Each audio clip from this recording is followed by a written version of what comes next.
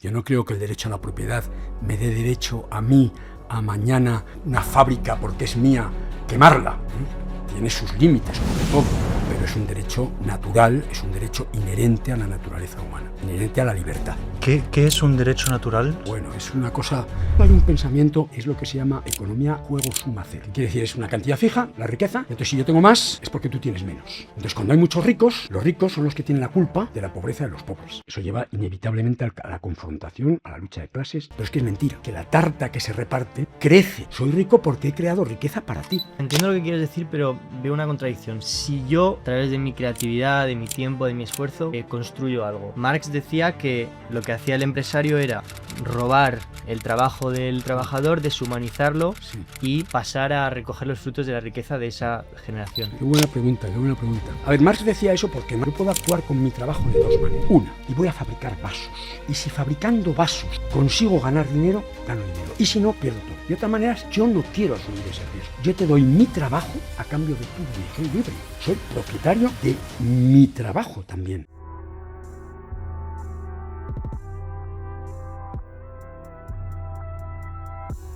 La propiedad privada es un obstáculo fundamental para la libertad humana. No lo digo yo, lo dice el anarquista ruso Mikhail Bakunin.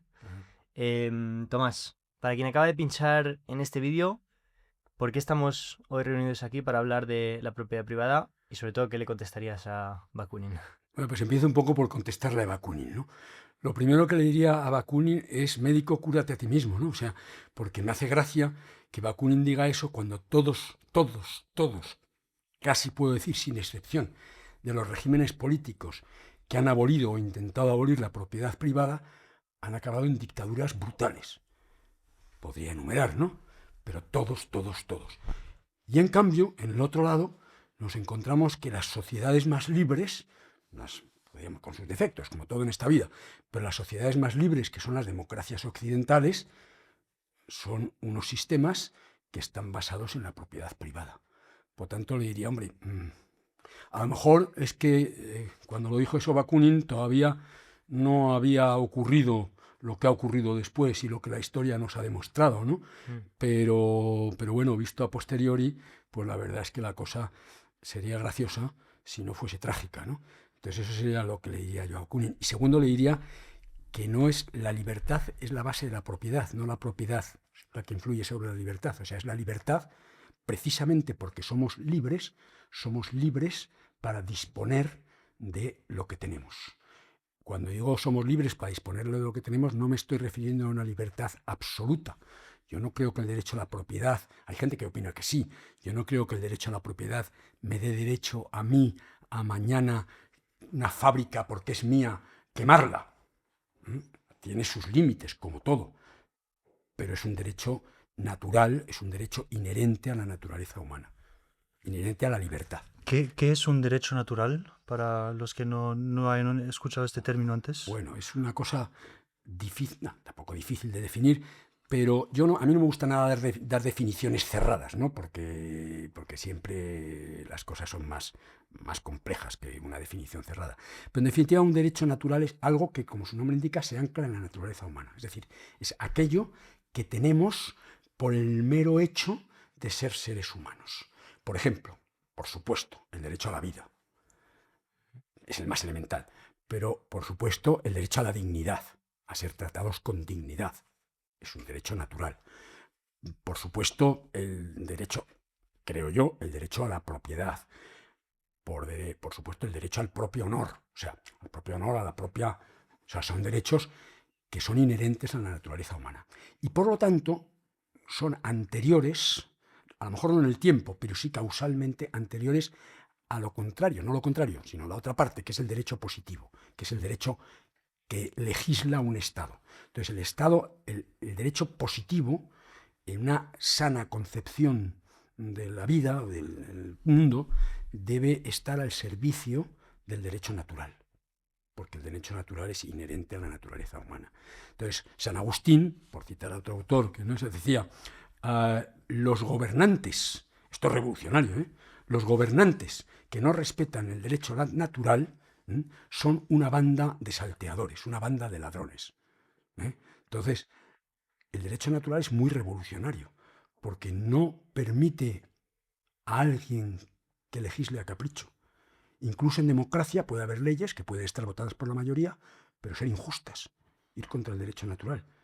Entonces, siempre debe prevalecer el derecho natural. Dicho esto, ¿dónde están las fronteras? Porque he citado algunos derechos. Pues es muy difícil de definir, pero por lo menos el concepto yo creo que es importante tenerlo claro. Pues justamente, conceptualmente, ¿por qué dirías que la propiedad es un derecho natural?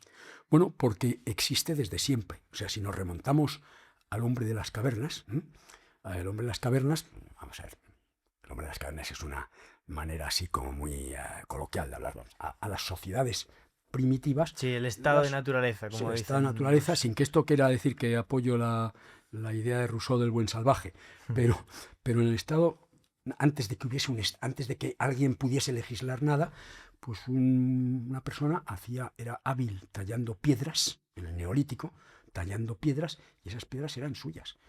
Esas piedras las cedía, porque yo puedo ceder mis cosas, las cedía. Ahora las cosas que son mías las cambio por un precio. Entonces no existía ni el dinero ni el concepto de precio. Ni siquiera, si me apuras, el concepto de trueque. Pero sí existía, él decía, los cedía al grupo, ¿a cambio de qué? De protección, de bienestar, a cambio de otros, llamémoslo así, servicios que le compensaban. Es decir, a mí me compensa hacer piedras talladas, cedérselas a mi grupo, al grupo que además eso me garantiza o me ayuda a la supervivencia, porque a cambio recibo otras cosas. Pero no es porque las piedras talladas no sean mías. Entonces, ese derecho es natural de la propiedad porque existe antes de que exista ningún Estado que pueda hacer leyes de ningún tipo. Entonces, esos derechos son lo que se entiende con derechos naturales. Siempre con fronteras a veces poco nítidas y poco trazadas a tiralíneas, pero más o menos por esa línea. Entonces, una propiedad privada en esta definición se refiere a piezas, a bienes, a todo. O también a la cueva donde viven. Claro. Hombre, vamos a ver, a la cueva donde viven. O al jabalí que han muerto. Ahora, incluso antes, hay bienes que no son divisibles y que por lo tanto ahí no se puede hablar de propiedad privada. Por ejemplo, pensemos ahora, por poner un ejemplo, la defensa nacional. Yo no puedo decir, yo no pago por la defensa nacional, a mí que no me defiendan. Pues si mañana hay una guerra, yo no lo quiero, pero el ejército me va a defender a mí. Yo no puedo decir, yo no quiero que la policía me proteja. Yo no pago la parte de impuestos que sea. De los impuestos hay mucho que hablar, porque hay impuestos justos, impuestos injustos, impuestos confiscatorios, pero hay impuestos justos y razonables. Entonces yo no puedo decir, yo no pago los impuestos que tengan que ver con la policía, porque yo no quiero que me protejan, hasta que te viene un caco y te asalta tu casa, y entonces llamas a la policía. Entonces, esos bienes han existido antes y existen ahora. Existen ahora y han existido también en esa época. Entonces, la cueva no tenía cada uno su cueva. La cueva era una cosa que daba, o sea, que tenía que alojar a mucha gente, que tenía que cumplir unas características, no era fácil tener cada uno su cueva. Entonces la cueva era un bien común, pero como los hay ahora, como te estoy diciendo, como la defensa, o sea, aunque sean conceptualmente uno es físico y el otro no es físico, ¿no? Pero como las dos, pero eso no quiere decir que no haya derecho a la propiedad. Frente a eso estaba eso, mi piedra tallada, que yo la cedo porque me compensa cederla, porque a cambio recibo del grupo protección, etcétera. Entonces era basado más que en un precio, la propiedad en una cooperación, pero había propiedad privada. Has relacionado antes la propiedad privada con la libertad. Sí. Pero o sea, lo que yo he entendido como propiedad privada y junto con el derecho natural, los otros derechos naturales me afectan a mí, pero la propiedad privada, si este móvil es de Hugo y no es mío, entonces te limita, Sí, a mí me... ¿cómo es esa palabra? Como me perjudica a mí, porque él lo tiene y yo no lo tengo. Entonces, ahí, ¿por qué se relaciona con la libertad? Porque lo que hay que remontarse es a por qué Hugo tiene ese bien. Si Hugo tiene ese bien porque te lo ha robado, claro que te está perjudicando. Pero si Hugo tiene ese bien porque ha trabajado, o porque lo ha fabricado, o porque ha trabajado y ha conseguido ganar un dinero que le ha permitido comprarse ese bien, pues entonces no te está perjudicando. Tiene una cosa que es suya porque, así dicho en términos coloquiales, se lo ha currado. No te está perjudicando. Te perjudicaría si te lo quita. Claro, detrás de eso hay un pensamiento que está muy extendido y contra el que a mí me gusta mucho, y me encanta tener la oportunidad de decirlo aquí, que es un concepto que es lo que se llama concepto de economía juego suma cero. Que quiere decir, es una cantidad fija, la riqueza, y entonces si yo tengo más, es porque tú tienes menos. Entonces cuando hay muchos ricos, los ricos son los que tienen la culpa de la pobreza de los pobres. Ese es el concepto de juego suma cero. Eso lleva inevitablemente a la confrontación, a la lucha de clases. Pero es que es mentira. Es que la humanidad ha demostrado desde estos hombres de las cavernas de los que hablaba, que la tarta que se reparte crece. Y crece a un ritmo espectacular. Y por lo tanto, y no crece porque crezca, crece porque hay gente que la hace crecer. Y con excepciones, porque todo en esta vida tiene excepciones, los que la hacen crecer son los ricos. Y los ricos que hacen crecer la tarta solamente se quedan con una pequeña parte de lo que hacen crecer la tarta. Y por tanto, yo cuando soy rico porque he creado riqueza para ti. Pongo un ejemplo, porque a veces estas cosas se entienden mejor con un ejemplo. A mí Amazon nunca me ha pagado un sueldo. Jamás me ha pagado un sueldo. Hay gente que sí. Por tanto, Amazon ha creado también riqueza en el sentido de que hay gente que gana su sueldo y se gana la vida trabajando para Amazon. A mí nunca me ha pagado un sueldo. Pero a mí me ha creado prosperidad. O sea, Amazon para mí es, no te digo media vida, porque sería exagerar, pero casi. O sea, y ahora pienso, por Dios, ¿pero cómo se podía vivir sin Amazon? Sin pedir algo que te llegue a la ¿Cómo se puerta, podía ¿no? vivir sin Amazon? Entonces, Amazon ha creado una inmensa cantidad de riqueza y de prosperidad. Si queréis, quitamos la palabra riqueza. No tengo por qué quitarla, pero y vamos a llamarla prosperidad. Amazon ha creado una enorme prosperidad para la gente que trabaja para Amazon, pero también para mí. Y cuando te digo Amazon, te digo Microsoft. Y cuando te digo Renault, o te digo Mercedes, o te digo Mercedes, que fue la inventora del automóvil. Mercedes ha creado una prosperidad impresionante. Luego, como todo, el exceso de automóviles crea problemas. Bueno, vale, fenomenal. Pero qué maravilla, ¿no? Entonces, Si hablas a Fritz de Mercedes, le vas a convencer. es que son los pioneros del automóvil, ¿no? O sea que... Sí, ¿no? Entonces, esa es la idea, ¿no? Entonces, claro, ¿qué pasa, por ejemplo? Tú me has citado a Bakunin, yo te cito a Marx. Marx era un convencido de que, claro, cuando la gente ganaba más o tenía más riqueza, es porque empobrecía a otros. Y entonces, ¿qué aparecía? La lucha de clases. ¿Y qué ha ocurrido en la realidad? Pues que la lucha de clases ha desaparecido. Ya no hay lucha de clases. ¿Hay desigualdad? Sí, pero hay lucha de clases. La lucha de clases que había en el siglo XIX ¿existe ahora en el siglo XVIII? ¿Existe esa lucha de clases? No. Yo veo una cierta... O sea, entiendo lo que quieres decir, pero veo una contradicción. Si nos remontamos a la explicación de yo tallo una piedra, entonces la piedra pasa a ser mía porque yo la he creado en esta belleza, en esta forma. Esta utilidad, lo que sea. Si yo paso a formar parte de una empresa y a través de mi creatividad, de mi tiempo, de mi esfuerzo, construyo algo. Marx decía que lo que hacía el empresario era robar el trabajo del trabajador, deshumanizarlo Sí. y pasar a recoger los frutos de la riqueza de esa generación. Sí. Entonces, siento que cuando a una sociedad a gran escala y a una economía a gran escala, sí que se vuelve un poco más complicado determinar el límite ético de la propiedad, lo que no es tuyo, lo que es mío. Qué buena pregunta, qué buena pregunta. No lo digo para hacerte la pelota, lo de que... Esa pregunta que me hace usted es muy interesante. No, es que lo es. A ver, Marx decía eso porque Marx no creía en la libertad. Para empezar. Entonces, claro, lo que pasa es que yo puedo actuar con mi trabajo de dos maneras. Una, yo con mi trabajo creo que a la sociedad le hace falta vasos y voy a fabricar vasos. Y si fabricando vasos consigo ganar dinero, gano dinero. Y si no, pierdo todo el dinero. Esa es una manera de trabajar en hacer vasos. Y otra manera es, usando mi libertad, digo, yo no quiero asumir ese riesgo. No todo el mundo quiere ser empresario. Todo el mundo que quiera debe poder ser empresario. Eso es distinto. la igualdad de oportunidades, de la que si quieres hablamos luego. Pero es que hay gente que no quiere. Es que hay gente que dice, yo lo que hago es, estoy dispuesto a cambiarte libremente a ti, yo te doy mi trabajo a cambio de tu dinero. Soy libre, soy propietario de mi trabajo también. Y libremente te lo cedo a ti por dinero.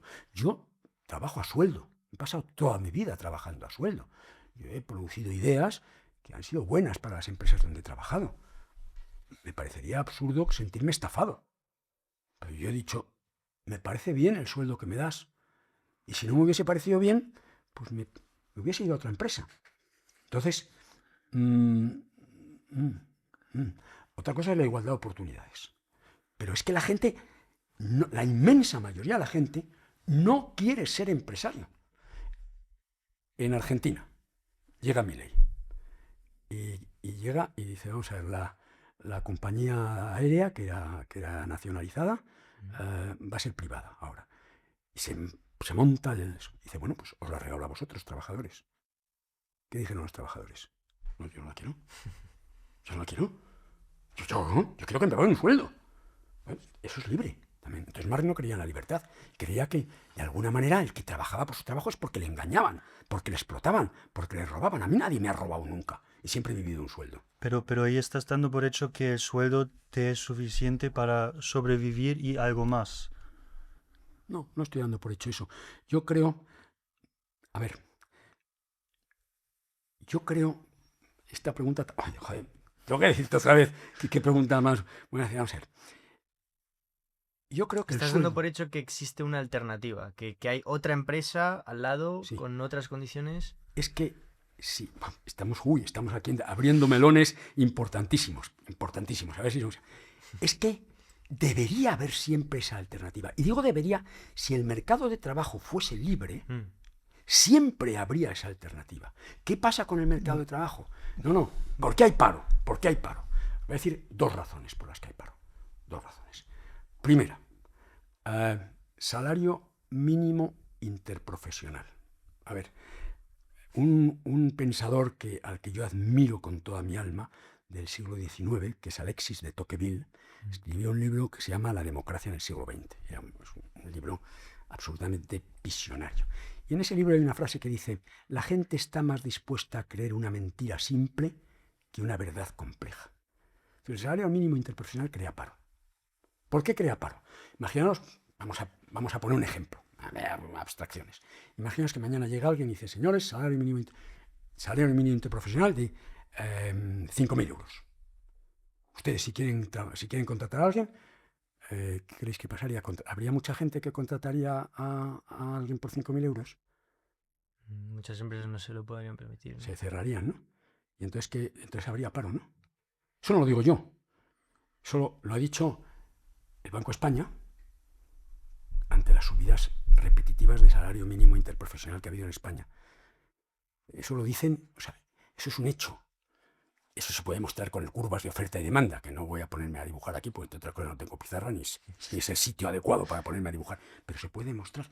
Lo que pasa es que esa es una mentira, que el salario mínimo interprofesional limita las desigualdades, es una mentira sencilla, claro. Si a todo el mundo si a los que menos ganan les suben el sueldo, pero eso lo que te produce es que divides a la gente que antes trabajaba por menos dinero, ahora hay una parte de la gente que trabaja por más dinero y otra parte de la gente que no trabaja. Has creado paro, has creado desigualdad.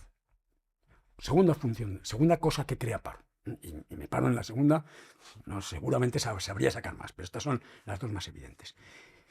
Entre lo que yo me llevo al bolsillo cuando me pagan la nómina aquí a fin de mes y lo que le cuesto yo a la empresa, hay un 30% de diferencia.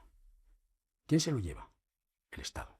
Entonces, si a la empresa yo le cuesto un 30% más de lo que yo gano, eso quiere decir que la empresa podría contratarme, si no hubiese esos impuestos tan grandes, podría contratarme por un 30% menos. Y entonces habría muchísimo más empleo. Entonces, la intervención buenista del Estado, creyéndose una mentira simple, es lo que crea el paro. Si no, no habría paro. las sociedades, hay muchas cosas en las que no se puede poner como ejemplo a Estados Unidos. O sea, que cuando cito Estados Unidos, pero el paro en Estados Unidos es prácticamente cero.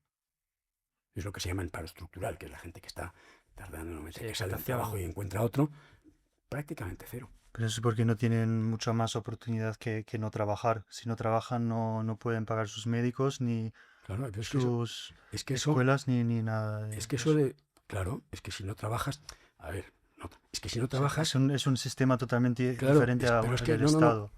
a ver, ay, uf. Aquí nos metemos en el tema, esto es apasionante, nos metemos en el tema de incentivos. A ver, yo por supuesto que entre las cosas que creo que deben ser los gastos que debe hacer un Estado está un subsidio de desempleo, ¿vale? Pero cuando yo creo un subsidio de desempleo para gente que simplemente está en un momento malo de su vida, ese subsidio de desempleo es perfectamente sostenible sin cobrar muchos impuestos. Si yo digo, por irnos al otro extremo, la renta universal vital, y digo, señores, todo el que quiera tiene asegurado un ingreso fijo mínimo, pero un ingreso fijo para toda su vida. ¿A qué estoy incentivando? A no trabajar. ¿He creado oportunidades de no trabajar? Sí. ¿Eso crea riqueza? No. Eso crea pobreza.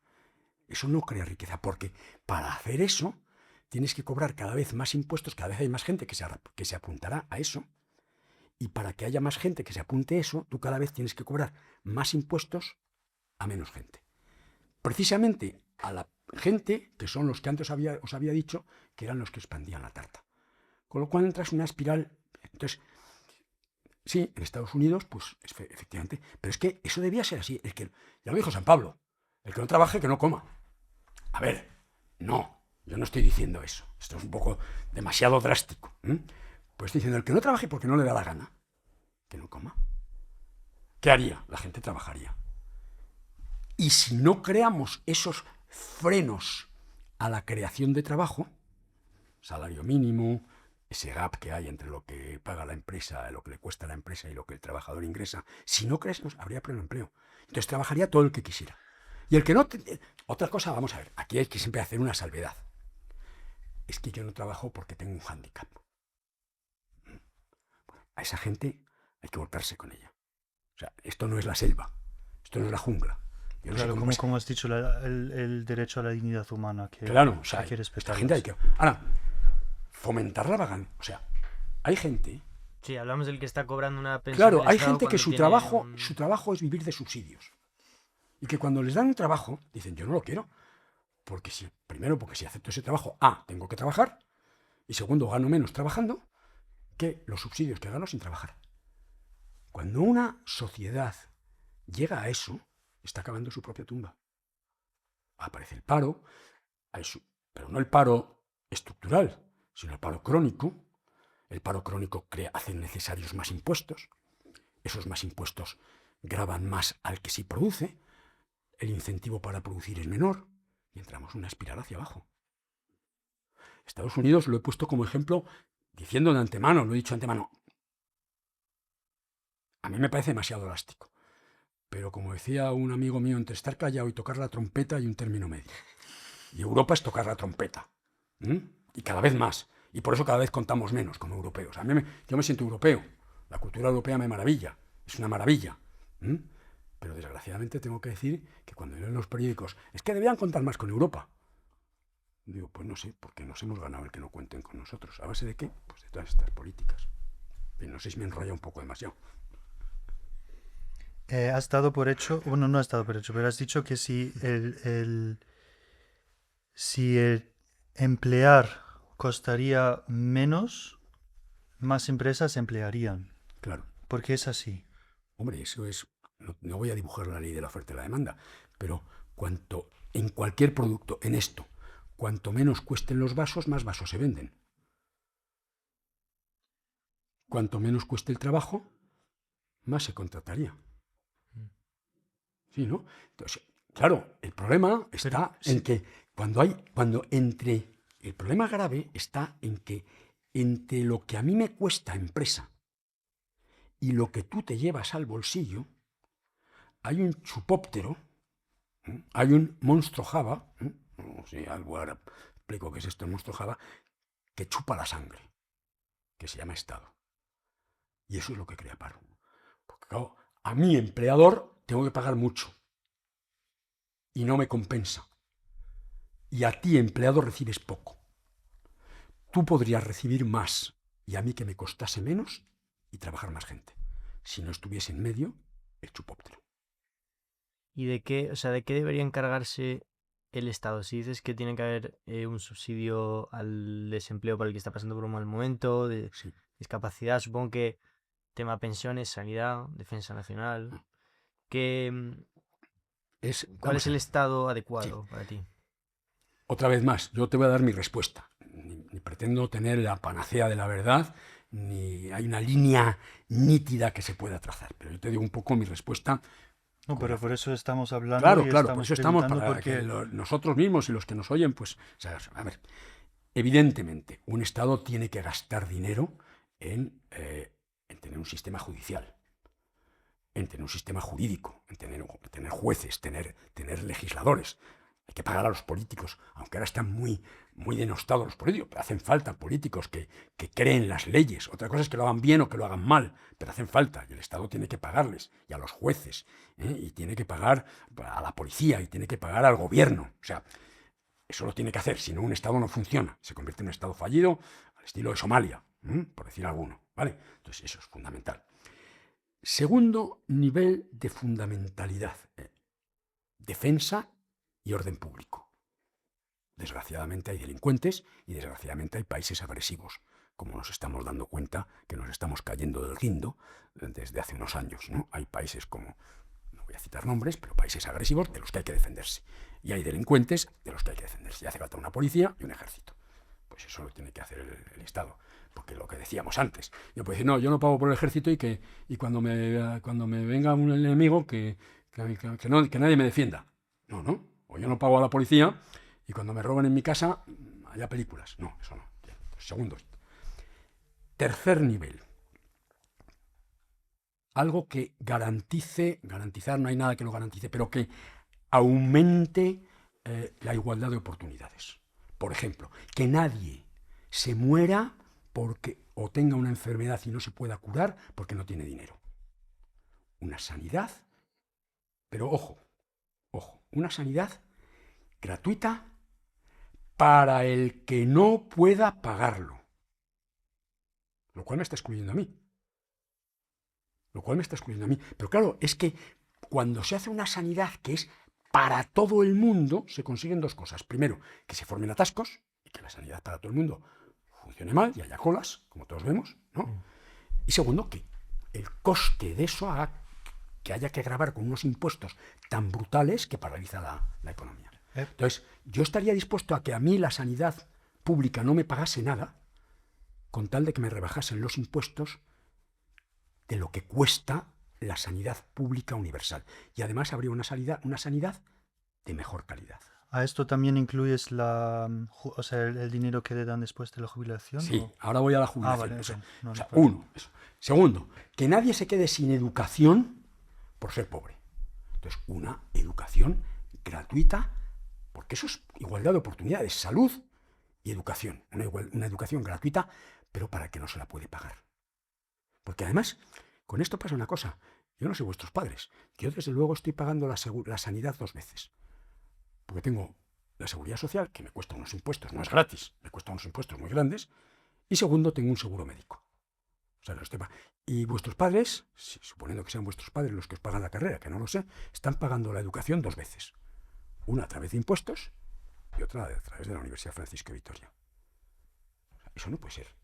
O sea, la sanidad y la educación gratuita para quien no pueda pagarla. Y los demás que se la paguen. ¿Y compensa? Sí, porque el Estado será más delgado. En vez de monstruo Java, es el Estado saltador de altura. Sí, pero si no puedes contar con los impuestos de los que generan riqueza, el dinero que se puede destinar a esos bienes, a esos servicios, necesariamente es menos, ¿no? Pero fíjate, es que lo importante de esto es ver cómo se produce lo que yo llamo la espiral virtuosa. Cuando tú das la sanidad o la educación, todavía estamos el tema de pensiones todavía no lo hemos tocado, vendrá después. Cuando tú das la sanidad y la educación gratuita solo para aquellos que no pueden pagárselo, el gasto público en esas cosas se reduce a la 10ª parte.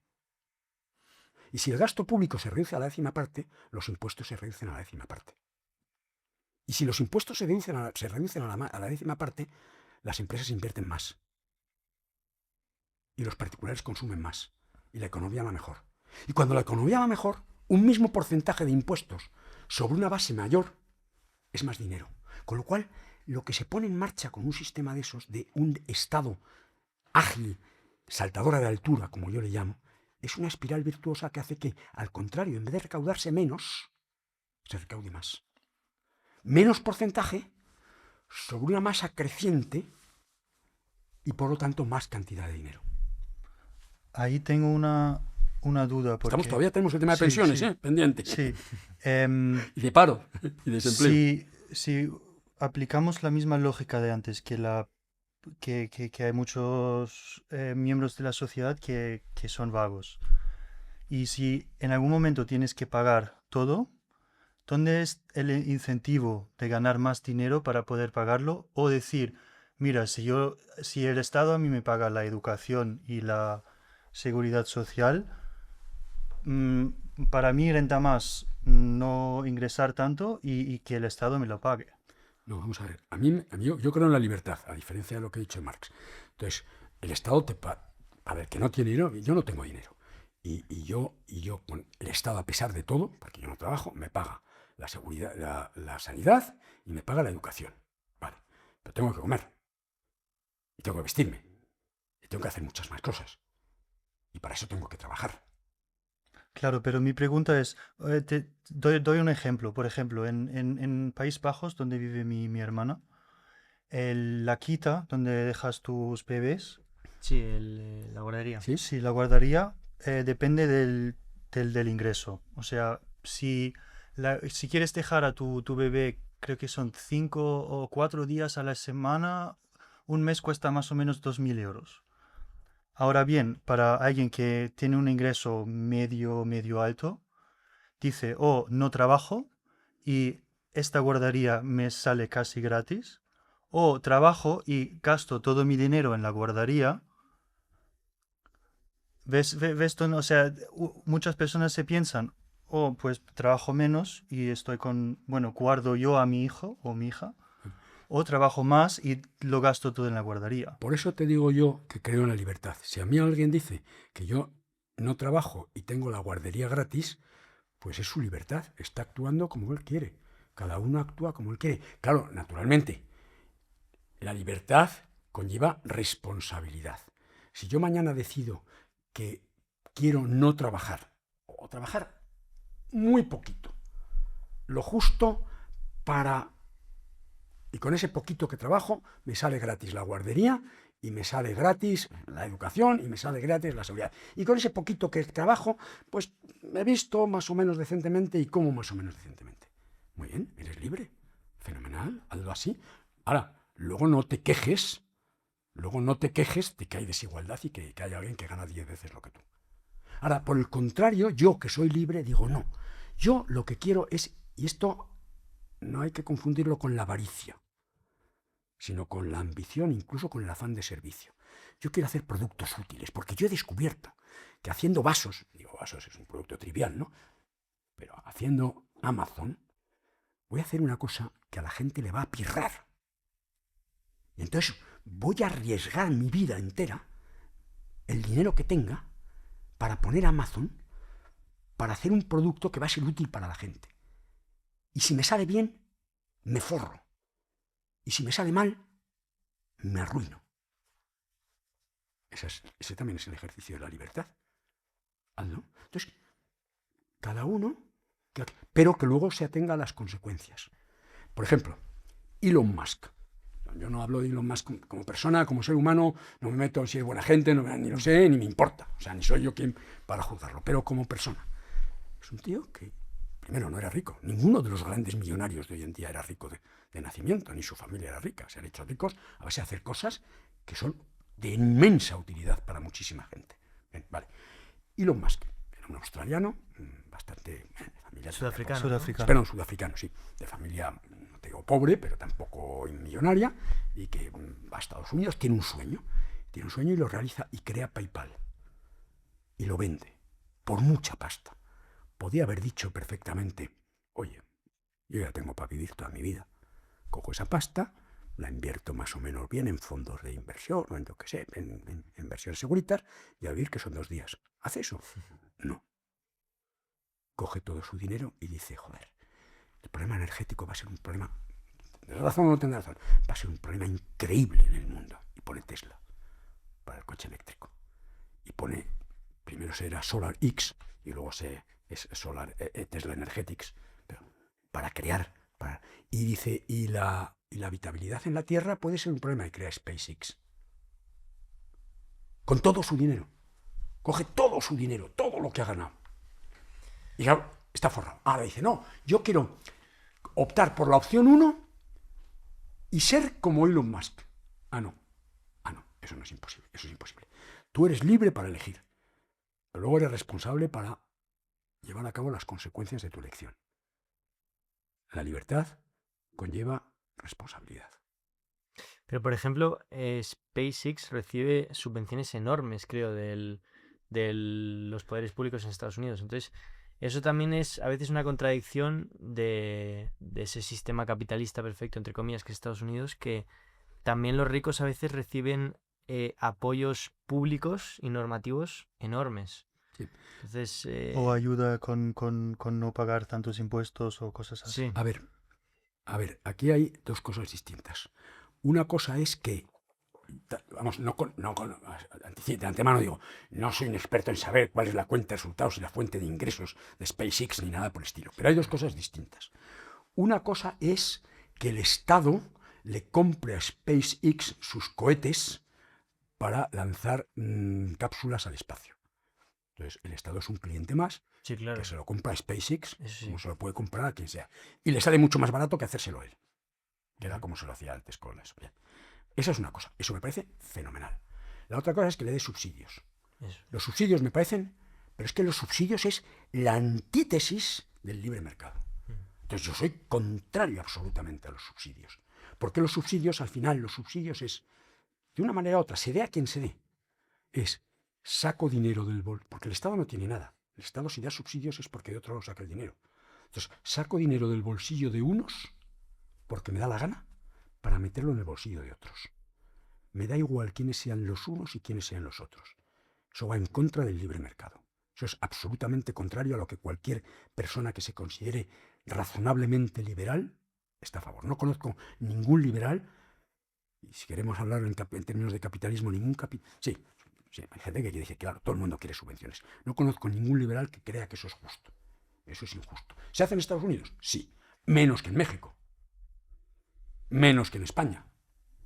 Menos que en Alemania. Tenemos aquí a Fritz. Menos que en Francia. Menos que en cualquier otro sitio. Se hace. Es un vicio no del capitalismo, sino de los gobiernos que tienen poder para hacer eso. Volvemos también al debate inicial de la propiedad privada en el Pero que... espera, es que te he puesto el ejemplo, termina. hemos puesto el ejemplo de los subsidios a Elon Musk, pero podemos poner otros ejemplos.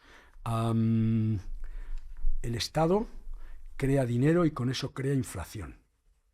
¿Sí? Ujú. No es un subsidio tal cual, pero es otra cosa que eso. Lo que está haciendo es sacar dinero del bolsillo de los ahorradores. Con la inflación, el ahorro y la inflación son incompatibles. ¿Quiénes son los ahorradores fundamentales? Pues en gran medida, por ejemplo, pensionistas. Saca dinero del bolsillo de los pensionistas para meterlo en el dinero de los que se endeudan. ¿Y quiénes son los que más se endeudan? Los ricos. No, el Estado. El Estado. Los ricos no se endeudan. Los ricos se endeudan en la medida en que son capaces de devolver esa deuda. Ningún banco le presta a nadie nada que no crea el banco. El banco se puede equivocar. Que no crea el banco que se lo va a poder devolver. Sea rico, sea pobre, sea medio pensionista. Sí, pero un Estado tiene la ventaja. Pero el Estado dice, el sistemática. Estado lo hago yo. Si es que lo hago yo. Si es que yo me endeudo y yo me presto dinero a mí mismo. No me presto. creo dinero artificial, con lo cual el valor de mi deuda cada vez es menor porque he creado inflación. Pero la inflación, dice, no, yo me pongo de los nervios cuando oigo hablar de una inflación moderada y sana de 2%. ¿A ti te gustaría que te quitasen el 2% de tu patrimonio todos los años? Bueno, pero eso implica un crecimiento de la economía, ¿no? Que haya inflación. No, la Implica economía... que Pero si crece por encima de la inflación, Esa es una... A mi modo de ver, o sea, vamos a ver, yo a veces digo, eso es... Digo lo que yo creo. Eso es una falacia. O sea, vamos a ver, no. Eso hablan de la eso inflación. es de- la economía Ya, sí, mainstream que nos han El día enseñado. que yo, no el día sé. que... No será la que yo haya enseñado. Bueno, no te Yo hemos recomiendo, tenido a ti. aprovecho que estoy aquí, voy a hablar de mi libro. Yo recomiendo un libro que se llama, es muy sencillito, de economía muy básica, que es Economía para jóvenes entre 15 y 80 años. Y yo desde luego no enseño eso. Entonces el día que dieron en la universidad el tema de que la inflación era buena, yo debí faltar ese día a clase. Porque esto detrás de eso hay una falacia, que es que la inflación es una inflación que se llama de demanda. No, eso no es lo que... La demanda se produce no porque haya inflación. La demanda se produce porque hay innovación. La demanda se produce cuando hay empresas que dicen, joder, yo sé que Fritz y que Hugo y que Tomás están necesitando una cosa que ahora no tienen. ¿Mm? Y entonces crean un producto que Hugo, Fritz y Tomás dicen, joder, qué maravilla, y lo compran. Eso es lo que hace crecer a la economía. Eso es. Y para eso no hace falta inflación. Eso se puede conseguir, es más, se consigue mejor con inflación cero. La inflación es, yo te quito a ti el 2% de tu patrimonio todos los años. ¿Y quién se beneficia de eso? El Estado, que es el que se endeuda más allá de lo que cualquier persona física o empresa podría endeudarse. Hay empresas que si se endeudan más de la cuenta dicen, hasta aquí hemos llegado. Al Estado también se lo dicen. Si se endeuda demasiado le puede pasar lo que le pasó a Grecia, ¿no? Que el mercado decía, no te presto dinero. bueno, pero es el pobre que sufra más por la inflación, ¿no? Al final, porque Bueno, claro, la inflación perjudica más a los pobres, por muchos es motivos. como un impuesto, básicamente Claro. es como otro impuesto. Claro. Entonces, todo esto me lleva a que, a ver,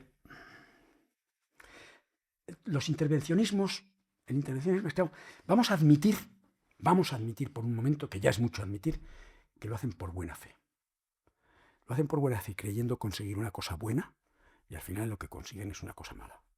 Es el efecto contrario a lo que pretenden. Pero es que además lo que trae ese intervencionismo es clientelismo. Si yo con este dedo puedo sacarte a ti dinero del bolsillo haciendo una ley, una regulación o lo que sea, y metérselo en el de Fritz, y todos sabéis que yo tengo este poder con este dedo de hacer eso, ¿a qué os dedicáis vosotros? ¿A llevar bien vuestro negocio o a ver si te apunto a ti con el dedo? A veces te encuentro un buen anillo, ¿no? Sí. Dice, no, yo no. Yo creo que quiero es que Tomás me apunte con el dedo, porque es el que tiene el poder para meterme dinero en el bolsillo. Naturalmente a base de sacárselo a Fritz. Entonces, vosotros competiréis no en ver quién hace el mejor vaso o quién hace el producto más útil. No, uno haga vasos y otro haga botellas. No quién hace el producto más útil, sino ver quién es capaz de conseguir más favores del Estado. Y como el Estado no son entes, son personas, hay una persona que es la que dice dinero de tu bolsillo al suyo. Y eso es un incentivo poderosísimo para la corrupción. ¿Y en cuánto crees que la intervención con monopolios es útil? Porque al final un monopolio puede perjudicar bastante al... El monopolio ha sido siempre una lacra. Una lacra. Lo que pasa es que hay que distinguir dos tipos de monopolios. A ver. Primer tipo de monopolio. Monopolio dado a dedo. Otra vez, por el poder, el Estado. Hay toda una época de la historia económica que se llama el mercantilismo, que no tiene nada que ver con la economía de mercado, que se llama el mercantilismo, que era, los gobiernos decían, a ti te va a dar el monopolio de no sé cuántos, tú eres el único que puedes comerciar con el Oriente Lejano, y tú eres el único que puedes comerciar con las Indias Occidentales, y tú eres el único que puedes comerciar, y a cambio de eso me dais dinero. Sí, eso es otra versión de ver la economía como un juego de suma cero, ¿no? No, Esto eso es mío. una forma de yo gano y... O sea, y claro, cuando tú eres monopolista no hay competencia. Y cuando no hay competencia tú no te esfuerzas en hacer las cosas bien. Y cuando tú no te esfuerzas en hacer las cosas bien, tus costes son altos, tus precios son altos y tus productos son malos. Ese monopolio vamos, la Escuela Salamanca, que es la madre del cordero de la economía libre mercado, la Escuela Salamanca dice... al padre a Juan de Mariana, que era un sacerdote, porque la escuela de Salamanca eso lo metieron en la cárcel, porque le decía, tenía los santos, no digo qué, Se puede decir. santos cojones, para decirle al rey Felipe IV, o sea, Felipe IV, Felipe III, creo que es Felipe IV, dando monopolio se está robando. Y lo metieron en la cárcel. O creando moneda adicional, falseando la ley de las monedas, se está robando. Y lo metieron en la cárcel. Entonces ese monopolio es un horror. Y lo es para cualquier liberal. O sea, para cualquier liberal. Claro, ojo, hay mucha gente que dice, no, si me lo dan a mí es bueno, claro, pero es bueno para ti, pero es malo. Y por tanto, cualquier liberal se opone a eso. Hay otro tipo de monopolio, que ahora afortunadamente se ha dado uno cuenta de que no es tal monopolio. Decían, es que Google es un monopolio. Porque claro, ha hecho un buscador que tiene tal cuota de mercado, que resulta que ya, ¿quién puede competir con él? Es un monopolio. Supongo que estáis al tanto, claro, como no vais a estar más que yo, de que ahora ya Google está cayendo así porque cada vez los buscadores están siendo sustituidos por la inteligencia artificial. O sea que el monopolio de Google era un monopolio no porque alguien le hubiese dado a dedo el derecho, sino porque se lo había ganado. Y el día que se descuidó, suponiendo que no reaccione a tiempo, pero con otro producto en el cual ya no es pionero, que es la inteligencia artificial, el día que se descuidó, su monopolio se vino abajo. Esto me alegro poderlo contar ahora porque hace 5 años hubiesen dicho, no, porque Google es un monopolio que nunca podrá desmontarse porque ¿quién puede competir contra él? ¿Quién? Una tecnología completamente nueva, pero casi, que es la inteligencia artificial. Pero eso está...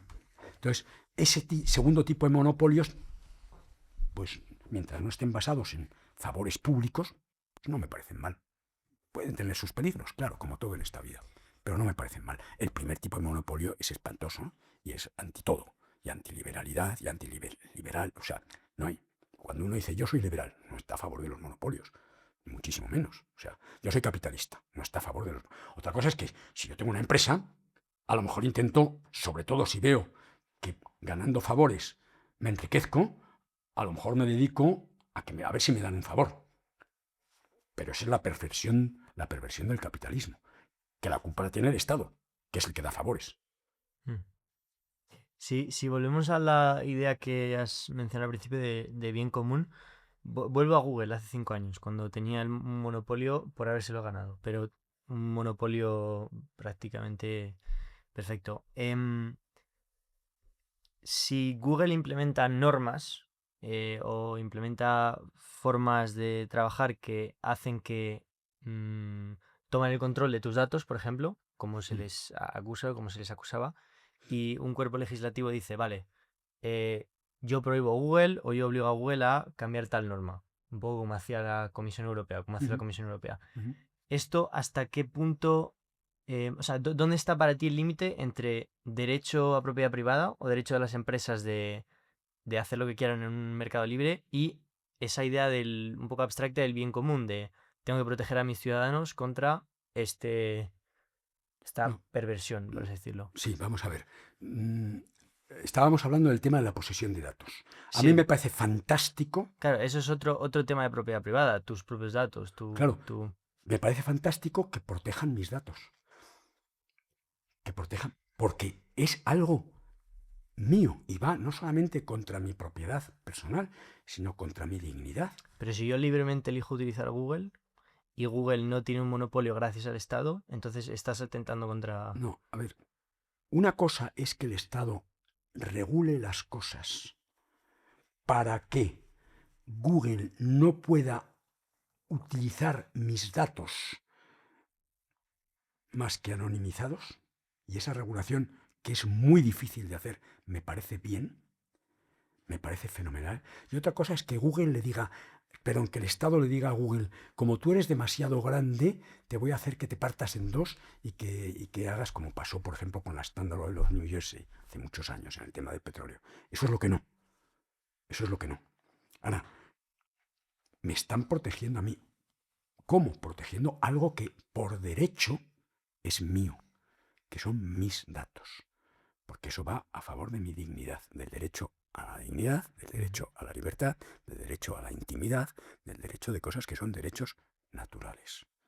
Y por tanto, que ser. Otra cosa es que regular es muy difícil, porque puedes pasarte de frenada y puedes regular tanto que frenes la economía.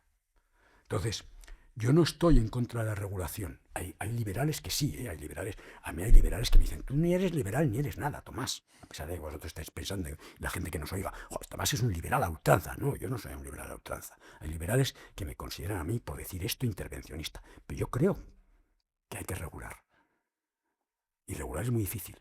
Lo que pasa es que hay que saber hasta dónde regular. Y claro, eso no es fácil. Pero que la regulación hasta cierto punto es necesario, como las leyes, pues claro, las leyes hasta cierto punto son necesarias, pues claro que sí.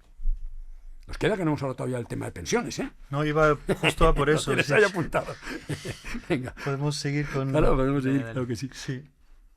No, con tu con el tema de función perfecto del... Vale. Entonces, habíamos dicho los servicios del Estado, los tres poderes, judicial, ejecutivo y legislativo, hay que pagarlos. Ejército y defensa, hay que pagarlos. Siguiente.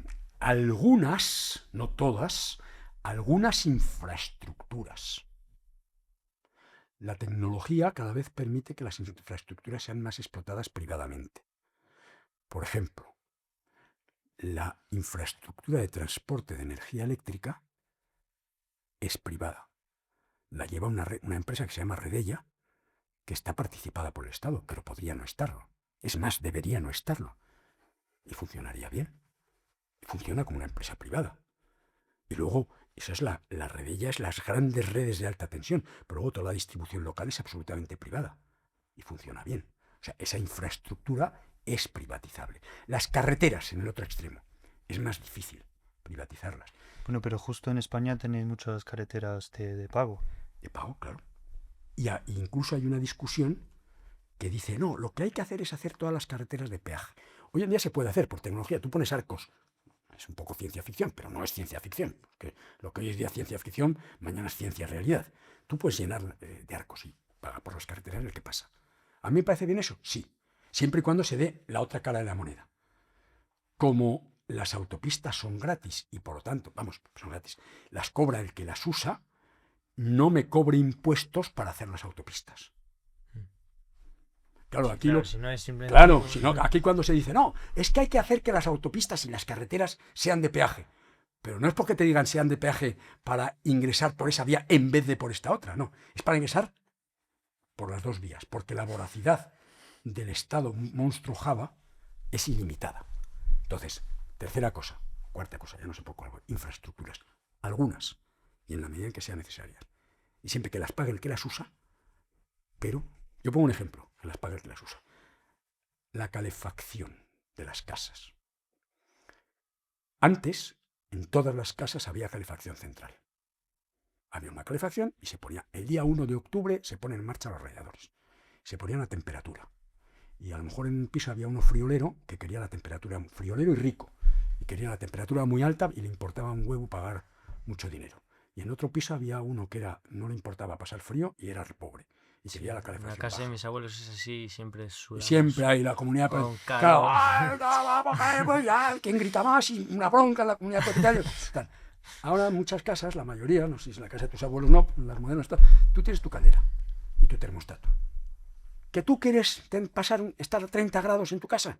Aparte de que te dejen o no por el tema del cambio climático y esas cosas. Tú te pones tu termostato a 30 grados, estás más ancho que largo, te cuesta tu pasta, pero te compensa, eres libre, la pagas y estás tan contento. Y en cambio el del quinto B, que prefiere pasar frío, además no siente el frío, hay gente que es friolera y hay gente que no, yo lo siento. Las mayores discusiones con mi mujer son por el frío. Entonces, hay gente que no siente el frío. Entonces, pues yo tengo la calefacción bajita y gasto poco. ¿No? Has hecho que cada uno pague por lo que usa. Y se acaban las discusiones. ¿No? Ahora, si resulta que vas a pagar por lo que usas y por lo que no usas, hombre, entonces no. ¿Vale? Pues es pagar por lo que usas. ¿Hacemos de peaje todas las carreteras de España? Si tecnológicamente se puede. Respuesta, sí. A cambio de que usted deje de cobrar impuestos para hacer una infraestructura que no hace. ¿Sí, no? Uh-huh. Pensiones, entonces. Pensiones.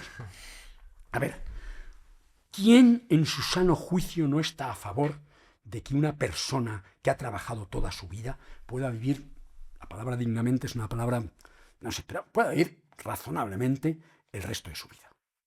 Todo el mundo. No creo que haya nadie que diga, no, perdóname la expresión, los viejos que les den. Hombre, no creo que haya nadie, ni liberales ni no liberales. Eso, que pensase eso sería un... Ahora, ¿qué pasa? Que el sistema de pensiones que tenemos ahora está abocado a la quiebra.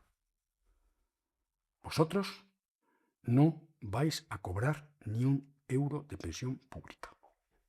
¿Por qué?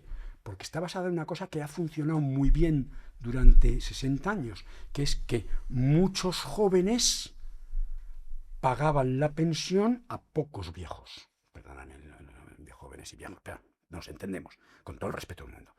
Muchos jóvenes pagaban la pensión a pocos viejos. Los viejos habían estado, cuando eran jóvenes, pagando la pensión, pero nada de lo que habían pagado era para ellos. Era para pagar a lo que entonces eran viejos. ¿Sí, no? Claro, ¿qué pasa? Que por culpa, no vamos a entrar aquí, la pirámide de población cambia. Y cada vez hay menos jóvenes que tienen que pagar la pensión a más viejos. Eso no funciona. Eso no funciona. Eso no funciona. Y por tanto quebrará. ¿Cuándo? No lo sé. Cuanto más rápido se invierta la pirámide de población, antes. Si mañana decimos, es que queremos que las pensiones suban a 3 veces el IPC. ¿Por qué solo al IPC? 3 veces. ¡Ah, fenomenal! Mentira siempre. ¡Fenomenal! ¡Qué bien! Que suban a 3. Antes quebrará. Pero vosotros... Y siguen subiendo, de hecho. Claro, siguen subiendo. No va a llegar ni un euro. Ojalá me equivoque, ¿eh? Ojalá me equivoque. Pero no os va a llegar un euro. Entonces, el sistema de pensiones, lo que tendría que ser, claro, lo difícil es la transición, y cuanto más tarde peor. Es un sistema de autoahorro. Yo se lo digo a mis primera clase que tengo de finanzas, en mis clases, primero. Empezad desde el día 1, se lo digo a mis hijos también, ¿eh? Desde el día 1 en que empecéis a trabajar, aunque sea 10 euros. Pero empezar desde el principio a haceros vuestro propio fondo de pensiones. O sea, pagamos impuestos para que los viejos, punto de respeto, tengan Claro. una pensión, y nosotros también además deberíamos ahorrar Y dinero. vosotros os vais a quedar sin fondo de pensiones. Es que vosotros vais... Entonces, por eso he dicho que el problema es que la transición, no me voy a meter ahora en demasiados tecnicismos, ni en ninguno, pero la transición es muy difícil, pasar de un sistema, y cuanto más tarde, mejor. Esto yo lo llevo diciendo algo así como 30 años. Y ahora, claro, cada vez es más difícil, porque la transición es más difícil y cuanto más tarde, más difícil. Pero, en cambio, si vosotros desde ahora... Bueno, el problema es que precisamente por la transición vosotros vais a encontrar en el peor de los escenarios, por culpa de todo lo que ha pasado durante años anteriores. Si vosotros, que va a ser, tenéis que pagar las pensiones de los viejos y encima empezar a ahorrar para las vuestras porque lo vais a tener. Eso la culpa la tiene otra vez el Estado, que ha diseñado un sistema de pensiones mal diseñado. Y que lo saben. Y que Pero lo es saben. muy difícil Y cambiarlo que, o sea, porque... que estaba bien diseñado hace 50 años, porque pero que ahora se veía, o sea, la tendencia poblacional no es, ¡ay va! ¡Anda! ¡No me fastidies! Que la pirámide poblacional se está invirtiendo. ¡Uy! ¡Qué sorpresa me he llevado! No, ¿verdad? O sea, se sabe. Se sabe, pero hay Pero quien es se atreve ideología. a- No, tiene que ser el sistema público de pensiones, no. Antes, cada vez más, antes se daba, todavía se da, pero en muy pequeña medida, cada vez en menos, un incentivo para que ahorrases. De forma tal que había una exención fiscal al ahorro en pensiones. De forma tal que no lo pudieses tocar hasta que te jubilases. Cada vez hay menos de eso. Porque las pensiones si las pensiones fuesen así, y la transición, ya lo digo, es muy fastidiada, no es fácil de hacer, pero si las pensiones, ¿cuál sería el coste de pensiones para el Estado? Prácticamente cero. Cero no, otra vez. No, porque tienes el coste de oportunidad de no tener los ingresos del impuesto. No, bueno, no. A ver, lo que pasa es que, la cadena causa-efecto va del gasto al impuesto. Entonces, si tú tienes menos gasto, tienes que... O sea, tú puedes bajar impuestos en la medida que tengas menos gastos. Si tú no tienes un sistema de pensiones que te asfixia, puedes cobrar menos impuestos. Y empezamos otra vez en la espiral virtuosa. ¿Sí, no? ¿Tendría que gastarse algo el Estado en pensiones? Sí. La gente que no ha podido... Claro, no. en la gente que no ha podido o en la gente que dice, oye, mira, vamos a ver, la gente pobre de verdad, Sí. pobre porque por lo que sea, pobre, pues hombre, vamos a ayudarla. Vamos a que parte. A mí me encantaría que la discusión estuviese en dónde está el límite entre la gente pobre a la que ayudamos y la gente rica a la que no ayudamos. Es una discusión difícil, pero me gustaría que la discusión estuviese en eso, no está en eso. Nadie está en él. Lo que están discutiendo es sistema público de pensiones, que todo el mundo sabe que está quebrado, y poner piedras en el camino al sistema privado de pensiones. No al sistema privado, al sistema de autoahorro, que es el único que te garantiza que tu dinero lo vas a tener multiplicado por el rendimiento que te haya dado a lo largo de 50 o de 40 años, lo vas a tener el día que te jubiles. Entonces, eso es para ti el sistema de pensiones ideal, el de la autogestión y ayudar al que no... Sí, que se puede implementar de muchas maneras, como lo que se llama la mochila austriaca y otras series. O sea, eso, pero sí, o sea, un sistema de autoahorro. Yo ahora estoy haciendo un sacrificio que sé que va a ser para mí. Claro, ¿qué le dices ahora al que ahora tiene 60 años? Y que ya... Es que yo, ¿sabes qué? Que me quedan 5 años para ahorrar. Ah, pues, Ya no hay perdóname la pensiones. expresión, te jodes y bailas. Hombre, no lo puedes hacer. Por eso digo, pues claro, Sí, tiene que ser si gradual, eso se hubiese entonces, empezado hace cuando- 30 años, estaría ya hecho. Vale, entonces, ¿habría un gasto de pensiones? Sí. La mitad de la mitad de la mitad. Y vuelvo al binomio, a la relación causa-efecto. Si el Estado gasta menos, Estado saltadora de altura, en vez de Estado monstruo Java, tiene que ingresar menos de impuestos. Si puede cobrar menos impuestos, la gente tiene más incentivo para invertir y para arriesgarse.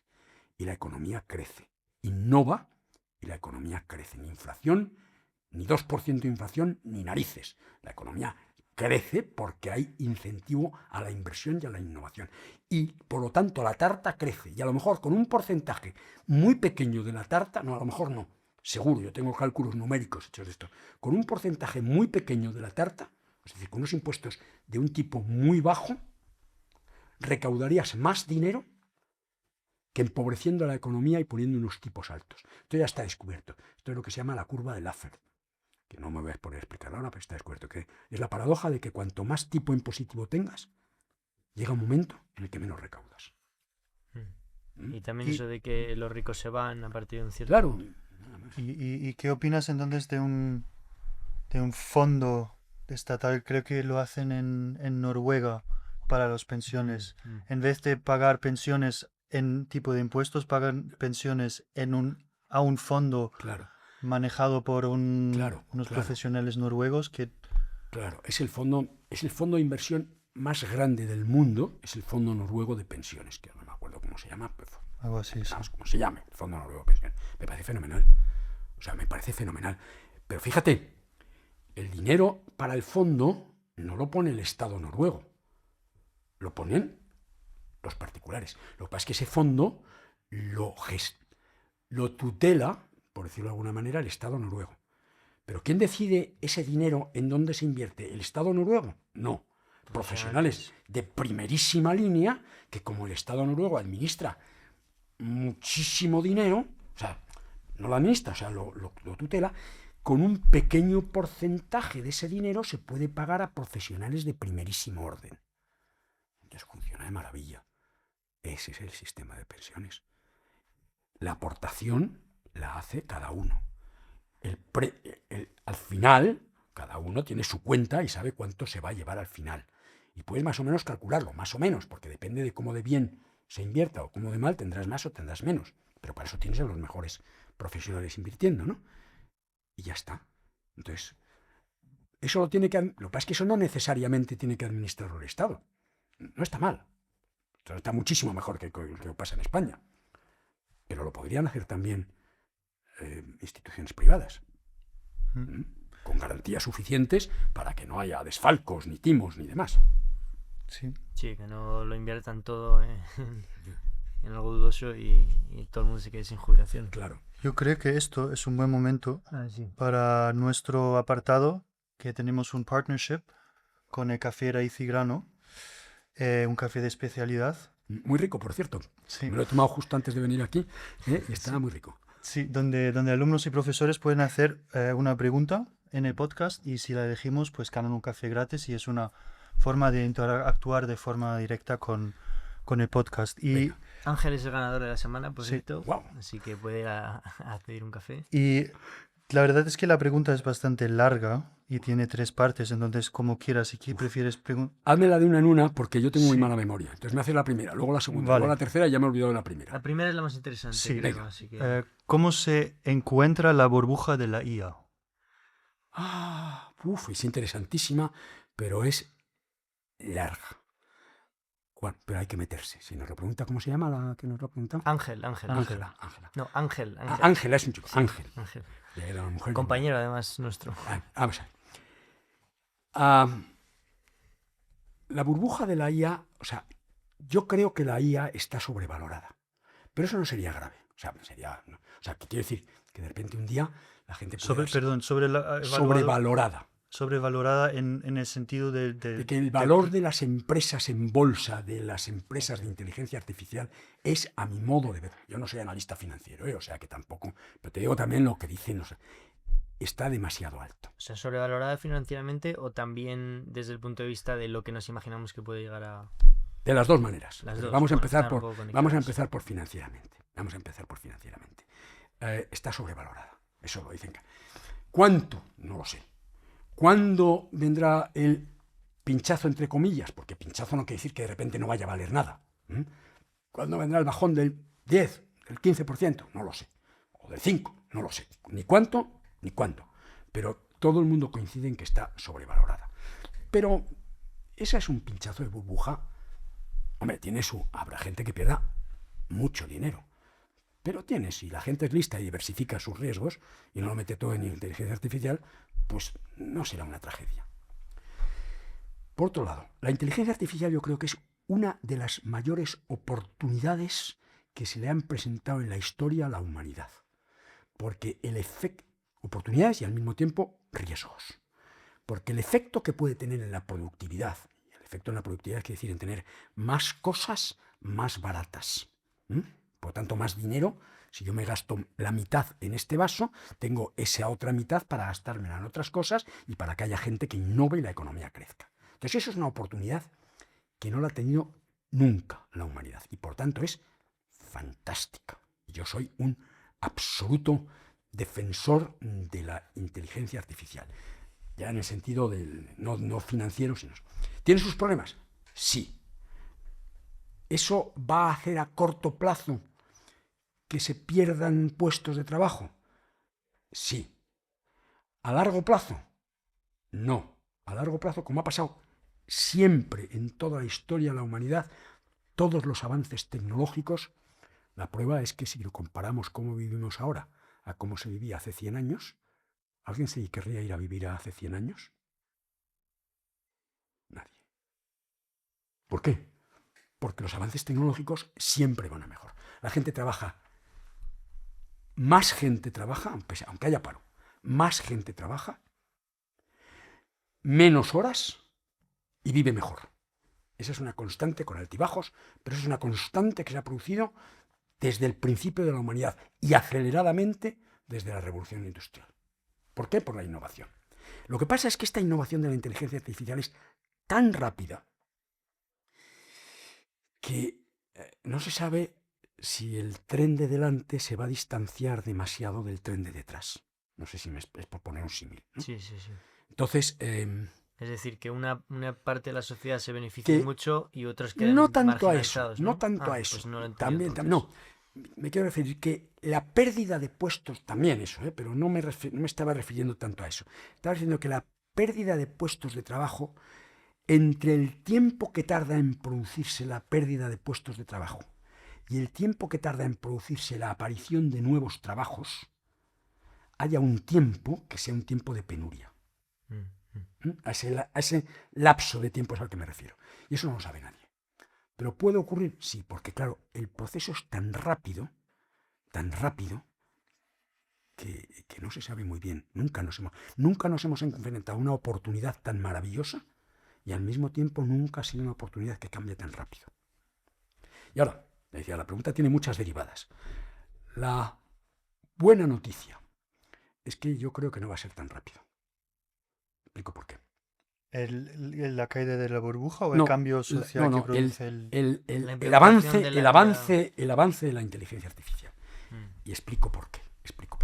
Bueno, primero antes de explicar por qué creo que va a ser más lento, quiero decir una cosa que yo creo, esto cuando digo creo. Podría justificarlo, pero no lo voy a hacer aquí. Creo que lo que nunca llegará a la inteligencia artificial será a ser igual que la inteligencia humana. Será mejor que la inteligencia humana en hacer las mismas tareas que la inteligencia humana, algunas tareas de la inteligencia humana más rápidas. Otra vez, si no más... ¿Tenemos tiempo? Sí. Me alargo un poco con algún ejemplo, porque esto si no... Yo tengo un amigo mío que es CEO de una compañía de seguros. Y me dice lo siguiente. Mira, Tomás, yo antes tengo un teléfono de quejas, de gente que llama a decir, estoy indignado porque tal. A mí me interesa muchísimo tener a los clientes satisfechos. Pero claro, yo antes lo más que podía analizar era el 5% de las llamadas. Porque no podía, es que no me daba abasto para analizar más del 5% de las llamadas. Ahora las analizo con inteligencia artificial, las analizo todas. Y no solamente las analizo todas, sino que la inteligencia artificial, además las analizo en tiempo real. Al final del día, ya tengo un informe de la inteligencia artificial clasificándome en qué han consistido esas quejas. Con lo cual yo puedo actuar al día siguiente para corregirlas. Es un avance para los clientes de los seguros, es un avance para... Pero eso es inteligencia que ya hacían los seres humanos, lo que pasa es que lo hace más rápido. Sí. Ahora, la inteligencia es decir, ¿tú qué quieres? ¿Qué objetivos persigues tú en la vida? Eso yo creo, eso se llama sabiduría, no inteligencia. La sabiduría artificial yo creo que no va a existir. ¿Y la creatividad? Sí, la creatividad es combinatoria. Entonces, cierto grado de creatividad puede que sí. No lo sé, estamos entrando en terrenos... No sé. Pero es que pasa otra cosa, por lo que digo que eso es a dónde creo que no va a llegar. Creo, ¿eh? Pero pasa otra cosa de por qué creo que va a ir más despacio, lo cual es una mala noticia porque es retrasar una cosa buena para la humanidad, pero es una mala noticia porque es retrasar una cosa buena para la humanidad, pero es una buena noticia porque evita ese distanciamiento del que hablaba antes en el tiempo. No sé si me estoy liando demasiado, ¿eh? ¿Se me sigue o...? Sí, seguro. Sí. A ver, la gente que está en el aire. No nos pueden contestar, pero justo Fritz y yo... es que tenemos este tema nos encanta. Estamos todo el rato hablando de ello. Fenomenal. Entonces espero ¿qué pasa? ¿Por qué creo que no va a ir tan deprisa? Primero porque la cantidad de dinero que necesita de inversiones para ir a la velocidad que cree que va a ir es enorme. Y la cantidad de dinero es limitada. Con lo cual, claro, resulta que para vestir a un santo no puedes vestir a otro. ¿Qué pasa? Que si se va tanto dinero a la inteligencia artificial, ¿dejamos de invertir en coches? ¿O dejamos de invertir en otras cosas? Entonces, la cantidad de dinero disponible, con cierta flexibilidad, es limitada. Con lo cual, no se podrá llevar todo el dinero que requiere para crecer al ritmo que se quiere que crezca. ¿Sí? Punto número 1. Punto número 2. Es el tema energético. O sea, yo a veces yo soy un usuario, uso muchísimo Copilot. No tengo ningún sistema de inteligencia artificial de pago. Uso el normal Copilot que tenemos todo el mundo gratis, además. Joder, es que es alucinante, gratis. O sea, lo uso muchísimo y tengo cargo de conciencia. Porque cada vez que yo me meto en una conversación, que a lo mejor me paso una hora conversando con Copilot, estoy gastando una cantidad de energía brutal. Entonces, sí, la tecnología también avanza mucho en producir cada vez más energía, más barata, etcétera, pero parece que el problema energético es un problema gravísimo. Bueno, sí. Creo que el otro día he escuchado que, no sé quién era, si era Mark Zuckerberg o Elon Musk, que ya se está planteando poner microreactores en las ciudades para aguantar este... Lo están haciendo, no, en las ciudades no, ni siquiera en las ciudades, al lado de los centros de datos. ¿Un poco de agua? Sí, llevarse los centros de datos a donde se los tengan que llevar y poner al lado, para que no haya que transportar la energía, al lado de los... Luego las ciudades se abastecerán más o menos como toda la vida, pero al lado de los centros de datos, centrales nucleares exclusivamente dedicadas a abastecer de energía. Pero eso no se hace así de la noche a la mañana. Con lo cual, esto, lo que digo es que llegará, pero ralentizará ese ritmo de crecimiento de la inteligencia artificial. Exactamente lo mismo que digo de la energía, digo del agua. O sea, el consumo de refrigeración, el consumo de agua para refrigeración es impresionante. Hace falta un caudal de agua impresionante. Pero además ese caudal de agua, cuando se usa para refrigerar algo, luego hay que echarlo a los ríos. Y el agua caliente en los ríos es ecológicamente un desastre, con lo cual habrá que buscar maneras de enfriarla antes. O sea, todo eso se solucionará. No me cabe la menor duda. Yo tengo una fe inmensa en la inteligencia humana, en la creatividad humana y en la capacidad humana de buscar soluciones a los problemas. Pero se solucionará más despacio de lo que se dice que va a crecer la inteligencia artificial. Lo cual es malo, como decía, porque coño, una cosa que es buena para que creo que será buena para la humanidad, se retrasa, pero por otro lado es bueno porque no creará ese gap de tiempo entre la destrucción, o será menor, entre la destrucción de puestos de trabajo y la creación de nuevos. Bueno, y También tam- puede ser un buen tiempo de reflexión, ¿no? Porque hay mucho temor en torno a la IA en general, claro. e incluso de grandes expertos de IA que dicen cuidado con esto porque nos puede llevar al Sí. desastre. Sí, se Yo- puede auto... Yo en eso me parece que es ciencia ficción, pero bueno, hay unos que dicen eso y otros que dicen lo contrario. Yo podría argumentarlo aquí, pero creo que nos estamos alargando demasiado. Y si queréis un día, tenemos un monográfico de esto. Sí, es que... Pero es que, claro, nos podemos hablar. Y esa no era más que la primera pregunta de Ángel. Nah, o pero sea, yo no, creo que pero- podemos dejarla porque la de la IA realmente es la más Sí. interesante con diferencia. no sé, vosotros ¿Qué- sois los qué- administradores qué del hacemos, tiempo. Hugo? ¿Seguimos Porque- con esto? o No, la pasamos pregunta, a- claro, porque al final también a mí me quedan muchas preguntas de lo de la economía y algo de la IA, pero No les haya pasado por el nunca tiempo... esto. ¿Qué ¿Os haya pasado hacemos? nunca el qué? No, querer vamos volver al- hacia atrás, seguir. no. Bueno. ¿Vamos a la tradición o...? Sí, mejor. Ya te volveremos a invitar, si no. Sí. Cuando queráis. Realmente una conversación muy interesante. y Gracias. A mí me ha resultado también interesantísimo. que para mí hay mucho más que profundizar en para otro mí. momento a lo mejor, pero Para mí. como te hemos comentado, tenemos una pregunta de tradición que hacemos a todos los invitados Sí. y la pregunta es, si tú tuvieras 20 años ahora mismo, Guau. ¿qué consejo te darías A mí mismo. con todo lo que sabes, lo que hayas adquirido de sabiduría? ¿Qué consejo me daría si yo tuviese ahora 20 años? Sí. Bueno, mira, voy a contestar con una cosa muy concreta. Antes de decir la respuesta a eso, aconsejo a todo el mundo que oiga este programa que vea una charla TED que hay, pones charla TED, Secreto de la Felicidad, Harvard. Y te habla de, Harvard lleva haciendo un estudio que empezó hace 70 años, siguiendo a gente, a un grupo de niños pobres, ricos de Boston, creo que son 70 años, que empezaron desde los 12 años, y ahora muchos han muerto, pero otros, diciendo cómo ven su vida. Y después de eso, un estudio, han llegado a una conclusión. Las vidas más felices y más sanas son las de las personas que han sabido crear una red de camaradería, de amistades, una red social, no en el sentido de las redes sociales, sino una red social personal más ricas, empezando por las familiares. Cuanto más rica esa red, entonces, esa red, insisto, ¿Cómo se mide eso? En cuanto No, a... en cuanto hasta salud, creo que los sí, que- hasta salud. No, pero ¿cómo se mide una buena red? ¿Por número? ¿Por Bueno, lealtad? Yo creo que no, yo no he visto el estudio. Hay un libro que se llama La Buena Vida, que habla de eso y supongo que entrará más en detalle. Yo he visto la charla TED, que dura 20 minutos y por lo tanto... ya. ¿Cómo se mide? Yo creo, aunque no lo sé, que no se mide cuantitativamente, pero sí cualitativamente. Si tú tienes 80 años y yo 70 años hablando contigo, yo no podré cuantificar eso, pero yo sé si tu red social, en el sentido, es buena, regular, mala. Buenísima, buena, regular, mala, malísima.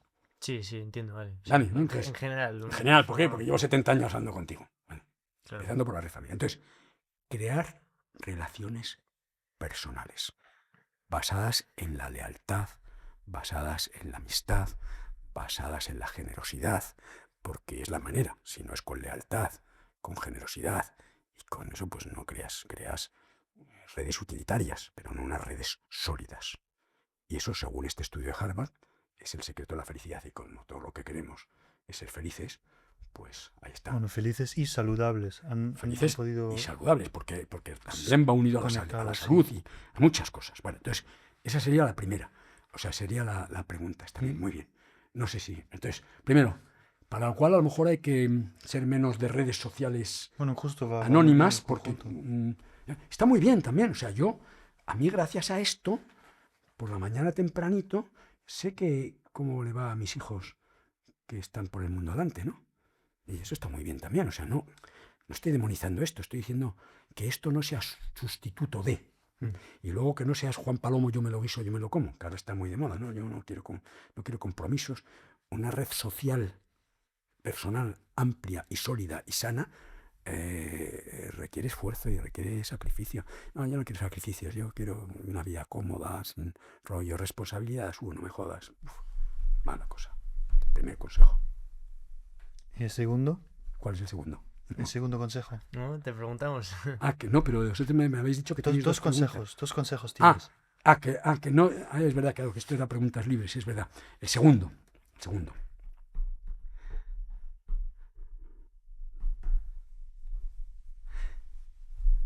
Dad y se os dará. Tiene que ver con el primero, ¿eh? Está muy relacionado con el primero. Sí. ¿Qué hay que decir con el dad y se os dará? A ver, no me estoy refiriendo, aunque también, pero no me estoy refiriendo exclusivamente al mensaje evangélico. Da por delante. Muchas veces lo que pretendemos es primero que me den a mí y luego daré. Llegamos a la empresa. Para la mierda que me pagan en esta empresa, ¿para qué voy a esforzarme yo? Si esto total es una mierda y tal. Y entonces, como es una mierda, tú no trabajas. Como tú no trabajas, sigue siendo una mierda. Como es una mierda, no trabajas. Como no trabajas, es una mierda. Es el círculo de negatividad. Círculo de negatividad. Y al final te victimizas y dices, es que el mundo es una mierda, no me ha comprendido nunca. Yo que soy un genio. Y claro, como el mundo está muy mal.